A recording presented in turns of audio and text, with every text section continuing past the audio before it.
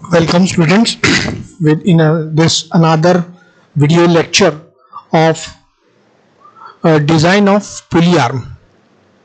Before starting this video lecture, let's understand and see our syllabus first so we can understand why we are going and where we are at presently, so we can cover up in the later coming weeks, as we have decided that before Deepavali we will complete our unit 5 anyhow. And yes, I think हम बहुत अच्छे से आराम से इसको cover up कर लेंगे. सो let's see the syllabus first. और हमारे सिलेबस में हम देखते हैं कि हमने चैप्टर 1, चैप्टर 2, चैप्टर 3 और चैप्टर 4 कंप्लीट कर लिए. अब हम चैप्टर 5 की तरफ बढ़ रहे हैं और जो कि है design of levers and pulley arm. यदि हम इसको दो भागों में डिवाइड करें, जैसे कि नाम से प्रेषित है और मैंने इंट्रोडक्शन में भी आपको बताया था कि levers and pulleys, pulley arm, specifically pulley arm, तो ये दोनों एग्जामिनेशन में अलग अलग तरीके से पूछा जाता है. या तो लीवर का प्रॉब्लम आता है या पुली का प्रॉब्लम आता है. And if you will see our question bank also से आप भी चेक कर सकते हैं क्वेश्चन बैंक चैप्टर 5 में. तो मोस्ट ऑफ द टाइम पुली के प्रॉब्लम ही पूछे जाते हैं मोस्ट ऑफ द टाइम. और यदि ये पूछे गए तो आइदर और में भी आपको पुली के प्रॉब्लम दिखेंगे. And of course it is concentrated only on major axis and minor axis. इस तरीके से ये डिपेंड रहते हैं. तो हम कुल 3 प्रॉब्लम्स इस पुली के इसमें देखने की कोशिश करेंगे और साइमल्टेनियसली समझने की कोशिश करेंगे. नोट्स जो है वो मैं आपको भेजी दूंगा एज यूजुअल. सो आप उनकी उसकी सहायता से भी आप काफ़ी आसानी से इसको देख सकते हैं. तो हम अभी क्या कर रहे हैं, इसको यदि मैं अभी तक मैंने जो बात की, यदि मैं इसे वाइंड अप करने की कोशिश करूं और चैप्टर 5 को देखूं, जैसे कि मैंने अभी बताया, levers and pulley, there are 2 items, 2 elements which we have to learn the design. In that we are mainly concentrating on these last 2, that is design of pulley arm and material of pulley arm. क्योंकि ये जो पुली है, ये यहाँ से देख सकते हैं आप, ये पुली है, ये हमारे बेंडिंग मोमेंट में भी इसको देखते हैं और इसके सहायता से ही हम इसको डिजाइन करने की कोशिश करते हैं. तो बहुत स्मॉल और बहुत अच्छा आप इसकी प्रिपरेशन कर सकते हैं डिजाइन की with help of course notes. ये नोट्स में सारी प्रोवाइडेड है इसी चैप्टर 5 डिजाइन ऑफ पुली. और इसमें मैंने पहले प्रोसीजर में आपको ये पूरी प्रोसीजर यहाँ पर लिखी हुई है कि what are the formulas we are using in the numerical. और साथ ही साथ ये 2 न्यूमेरिकल वीबी भंडारी की बुक से मैंने सॉल्व भी एज यूजुअल किए, because these 2 problems are always repetitive in nature. Simultaneously हम यदि खुरमी की बुक भी देखें, so we will find one problem which is asked mainly, that this one, a cast iron transmit, problem number 19.1. इसको भी हम देखने की कोशिश करेंगे और इसकी डिजाइनिंग देखने की कोशिश करेंगे. This is also very easy. So let's see one by one. तो I hope this is clear that in coming 1 or 2 or 3 video lectures we will try to cover up all these pulley problems, specifically pulley problems in our video lectures. So this will be the first video lecture having where we will discuss, try to understand the pulley and its designing procedure. In the next coming videos, video lectures, we will try to solve the numericals of the pulleys. तो पुली देखने के लिए आप सभी ने पुली हमारे बचपन से जो घिरनी रहती है, कुएं की घिरनी, कभी जो गांव में रहते हैं वो बहुत अच्छे से जानते हैं. तो जो कुएं की घिरनी रहती है, तो उसको हमने पहला जो हम घिरनी मोस्टली गांव में देखते हैं, तो हम उसी पुली को याद रखते हैं. But when we grow up and in industrial atmosphere, you find pulley everywhere. फिर अब आप आटा चक्की में भी पुली देखते हैं, आटा चक्की को चलाने के लिए भी पुली लगती है। अभी आप इंडस्ट्रियल ट्रेनिंग में जाएंगे तो आप देखेंगे कि आपको मोटर चलाने के लिए भी पुली लगती है। And there are different types of pulleys. तो हम स्पेसिफिकली जिस पुली डिजाइनिंग की बात कर रहे हैं विच इज कास्ट आयरन पुली, और ये जब हम हमारी डिजाइन डेटा बुक में देखते हैं, आइए डिजाइन डेटा बुक को भी देखते हैं कि यहाँ पर कहाँ दिया हुआ है। ये देखिए, ये एक साथ दिया हुआ है, बेल्ट्स, पुलीज एंड फ्लाईव्हील। और यहां पर है पेज नंबर 80 पर चैप्टर नंबर 10। हम इसी की सहायता से अपनी पुली को डिजाइनिंग करने का प्रयास करेंगे। तो जो हम जिस पुली की बात कर रहे हैं वो मोस्टली कास्ट आयरन पुली है, सॉलिड विथ फ्लैट और क्राउन फेस और स्प्लिट विथ फ्लैट और क्राउन फेस। ये इनकी रिम्स की स्पीड दी हुई है मीटर पर मिनट में, आरपीएम। और उसके बाद हम यहां पर देखते हैं कि इसके 2 ग्रेड्स दिए हुए हैं। कास्ट आयरन की होगी तो grade 20 of IS 210, Indian standard 210 1962 में जो बना है उसी की सहायता से कास्ट आयरन की पुली मोस्टली बनाई जाती है।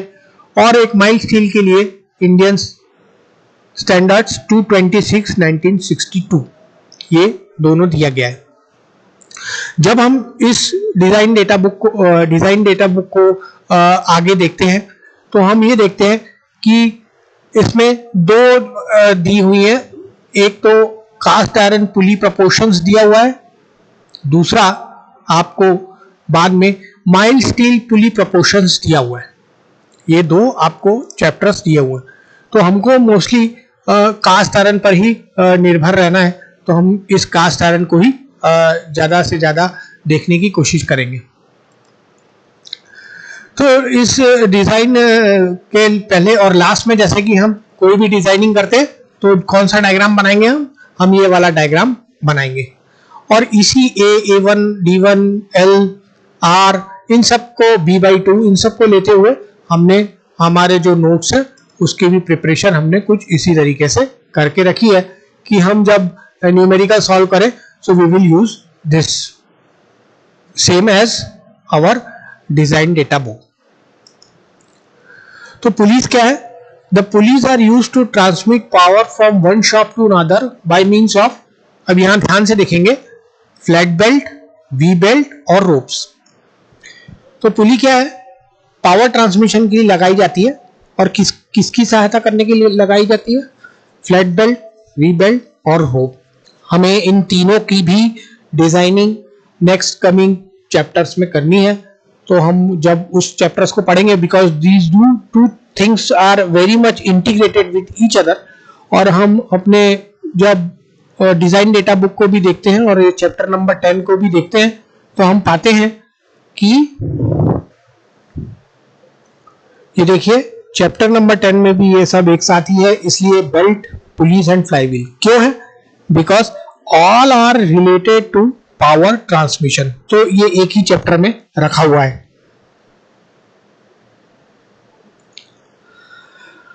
तो हम सिर्फ पुली को ट्रांसमिट करने के लिए करते हैं। और ये किस किस की बनी हुई होती है? द पुली में be made of cast iron, cast steel और प्रेस स्टील, वुड और पेपर, इन सब की पुली बनती है। But we are mostly focusing on cast iron pulley. तो आइए इसे को देखते हैं और इसको समझने की कोशिश करते हैं। इसके डिफरेंट टर्मिनोलॉजी फर्स्ट थोड़ा अंडरस्टैंडिंग हम डेवलप करने की कोशिश करते हैं थ्रू दिस वीडियो लेक्चर। अब हम यदि इस डिजाइन डेटा बुक को देखें तो हमें यहां पर कास्ट आयरन पुली प्रोपोर्शंस, ध्यान से देखेंगे कास्ट आयरन पुली प्रोपोर्शन फिगर 10.1 दिया हुआ है। तो यहां पर 3 पैरामीटर्स दिए हैं। For D up to 200 mm use web, for D from 200 to 450 mm use forearms with elliptical cross sections. For D above 450 use 6 arms with elliptical cross section. तो हमें अब what is D? First we have to find out what is D. So we will see figure number 10.1. ये देखिए D क्या है? That is the main diameter of the pulley. Main diameter of the पुली.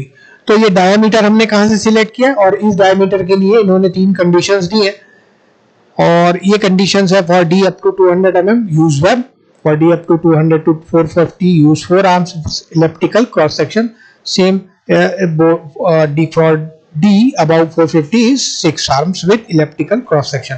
तो ये what is D?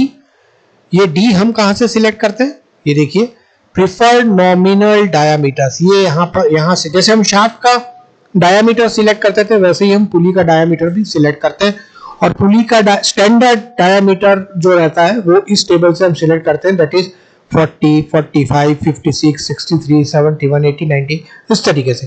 तो ये जो conditions दी हुई है वो कहां तक के लिए है? Up to 200. यहां तक के लिए आप क्या वेब का प्रयोग करते हैं. और now what is web and what is elliptical arm, elliptical cross section? What is web and what is elliptical cross section? Arms 4 इसको भी हमें देखना है. So let's see the figure once again. ये जो है ये क्या है? आर्म्स है. ये क्या है? ये है आर्म्स. Now what is, तो यदि हमने बोला है वेब, तो अभी हम वेब पर नहीं जाते हैं. सबसे पहले हम देखते हैं what is elliptical cross section. Elliptical cross section मतलब यदि आप इसको यहां से यहां तक देखें, इस आर्म को, ये आर्म है, इस पुली में कितनी आर्म है? 1, 2, 3, 4 आर्म है, मतलब ये 200 mm से ऊपर की पुली है. और इस पुली में इस 4 आर्म में, इस 4 आर्म का यदि हम किसी भी जगह पर इसके काटे, इसका एक क्रॉस सेक्शन काटे, तो दैट विल बी इलिप्स. सो इसको हम कहीं पर भी काट ले तो ये हमको क्या होगा? ये इलिप्स होगा. तो ये क्या होगा? ये इलिप्स होगा. ये इलिप्स कैसे होगा?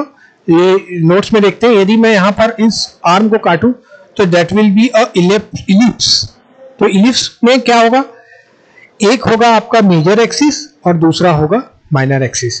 तो माइनर एक्सिस हमेशा लेंथ में होगा और मेजर एक्सिस हमेशा आपके टुवर्ड्स इंक्रीजिंग रेडियस पे होगा. ये आर है रेडियस इसका. सपोज फॉर एग्जांपल यदि इस पुल्ली को मैं फिर से देखूं तो यहां पर ये इस तरीके से देख सकते हैं. यहां पर भी देखिए एक इलिप्स दिखा है आपको. यदि इस आर्म को मैं कहीं पर भी काट दूं तो मुझे इस तरीके का एक प्रोपोर्शन मिलेगा. जो यदि मैं यहां पर काटूं हब के जस्ट बाजू में, दिस इज हब, तो हब के आसपास काटूंगा तो मुझे ये इलिप्स बड़ा दिखेगा. इससे थोड़ा पहले काटूं तो इलिप्स थोड़ा छोटा दिखेगा, और यहां पर काटूंगा तो और थोड़ा छोटा दिखेगा. Means is increasing in order. लेकिन ये हमारा क्या है? ये हमारा इलिप्स है, और ये इसलिए ये इलिप्टिकल आर्म है, और इसीलिए यहां पर देखिए दिया हुआ है use 4 arms with elliptical cross section, use 6 arms with elliptical cross section. इस तरीके से हमको दिया रहता है. और थिकनेस ऑफ आर्म्स बी यहां पर देखते हैं. डी हमें समझ में आ गया. नंबर ऑफ आर्म्स हो गई n. ये कैसे सिलेक्ट करेंगे ये हमको समझ में आ गया. डायमीटर d से हम ले लेंगे. Use web. Now we have to find out what is web. Web का हमारे पास एक बहुत अच्छा रखा हुआ है. If in case we will meet someday then I will show you.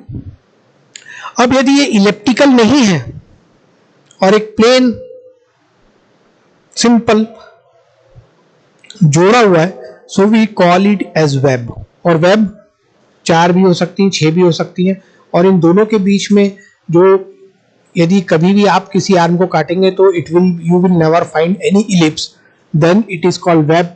Web को हिंदी में आप जाला भी कह सकते हैं. ऐसे जालीदार जब बना रहेगा, आर्म्स जालीदार बनी रहेंगी तो हम उसे वेब कहते हैं.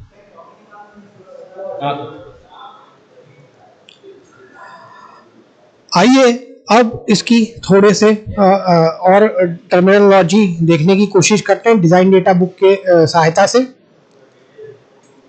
तो हम आगे बढ़ते हैं।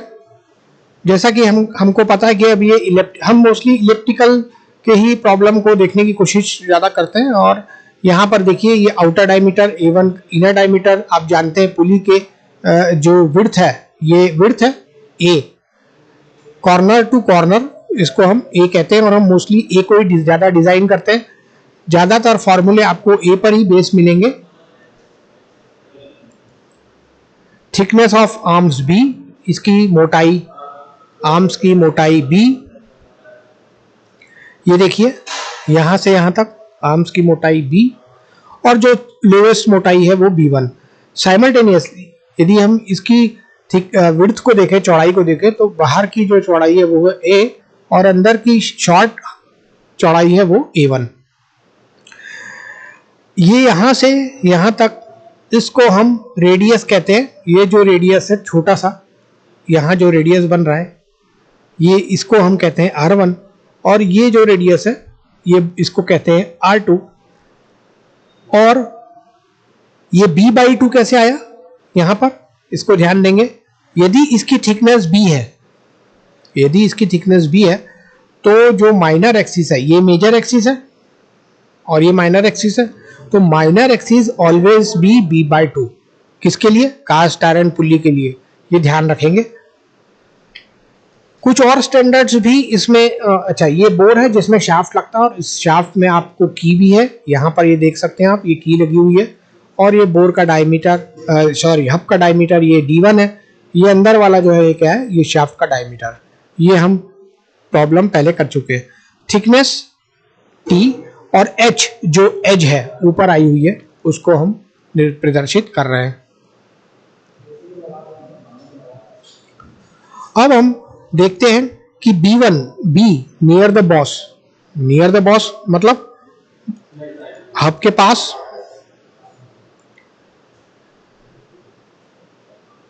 यहां पर, और यहां पर नियर द बॉस है 2.93 √3A capital D4 and for single belt, और 2.943A D4 4N for double belt. तो ये ऑलमोस्ट सेम है फॉर सिंगल बेल्ट और डबल बेल्ट के लिए। और ये हमने नोट्स में निकाला भी है कि how it is arrived 1.722 MT N sigma B। ये किस तरीके से आया है ये हमने यहां पर निकालने की भी कोशिश की है। एनीवे, अब हम आते हैं B1 नियर द रिम। जो B1 नियर द रिम है, टेपर 4 mm पर 100 mm, मतलब 100 mm पर 4/100 का आपको टेपर मिलेगा। और radius of cross section of arm R is equal to हमेशा 3/4 B मिलेगा। What is R? अभी हमने डिस्कस किया। What is R? R is given here. This radius will be always 3/4 B. Minimum length L, capital L of bore 2/3 A. Minimum length L, ये length L है। Minimum कम से कम कितनी length होनी चाहिए? तो बोर का इस A का 2/3 कम से कम लेंथ इस बोर की होनी चाहिए। क्योंकि कभी आप देखेंगे कि ये जो आउटर सरफेस है, जो हमारा विड्थ और इसका डायामीटर है, ये कभी कभी क्या होता है, बोर अंदर रहता है, हब अंदर रहता है इस तरीके से उभरा हुआ। तो ये मिनिमम कितनी लेंथ होनी चाहिए? ये 2/3 A होनी चाहिए, यानी कि 2/3 गुना ऑफ ये width A।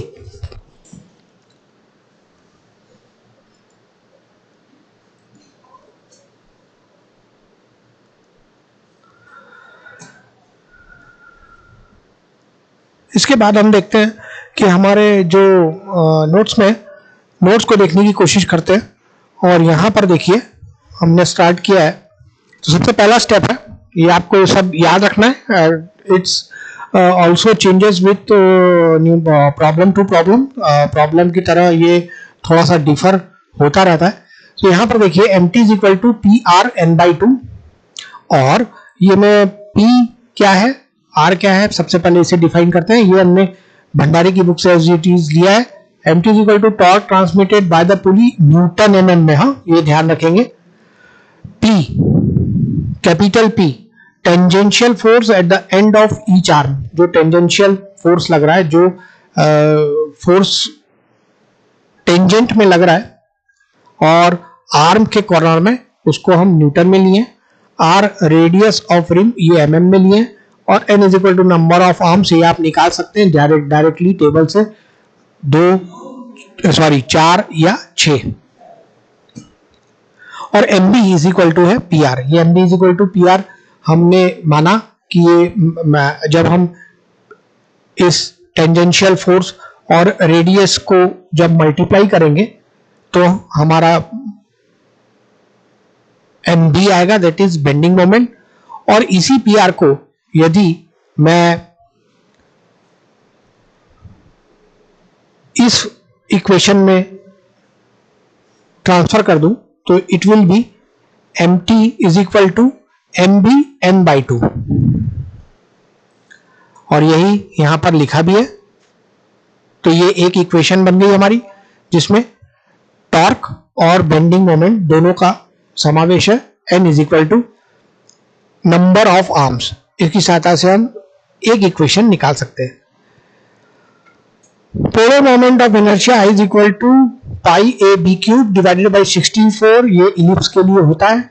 If major axis is twice of minor axis, ये अक्सर ये कंडीशन यही होती है। b is equal to 2a, यदि मैं b की जगह 2a यहां रखूं तो ये हमारी वैल्यू हो जाती है पाई ए 4/8, और y is equal to b by 2/a।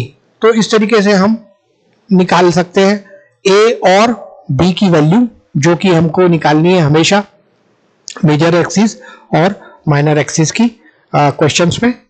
Simultaneously यदि मैं पेज नंबर 17 हमारी डिजाइन डेटा बुक के इक्वेशन नंबर 3.2 को देखूं तो वहां से जो हमारा जो एक नॉर्मल इक्वेशन है sigma B M B Y divided by I, और इसमें ये सारी वैल्यूज यहां पर रखूंगा तो मुझे एक नया फ्रेज मिलेगा, that is a is equal to 1.72 under root M T N sigma B. ये एम टी सिग्मा बी क्या है, ये हमने इसके सापेक्ष में लिया है, और जहां पर a इलिप्स में, ये तो आपको क्लियर हो गई कि ये जो मेजर एक्सिस है उसको हम हमेशा b और माइनर एक्सिस को हम हमेशा a से संबोधित करते हैं।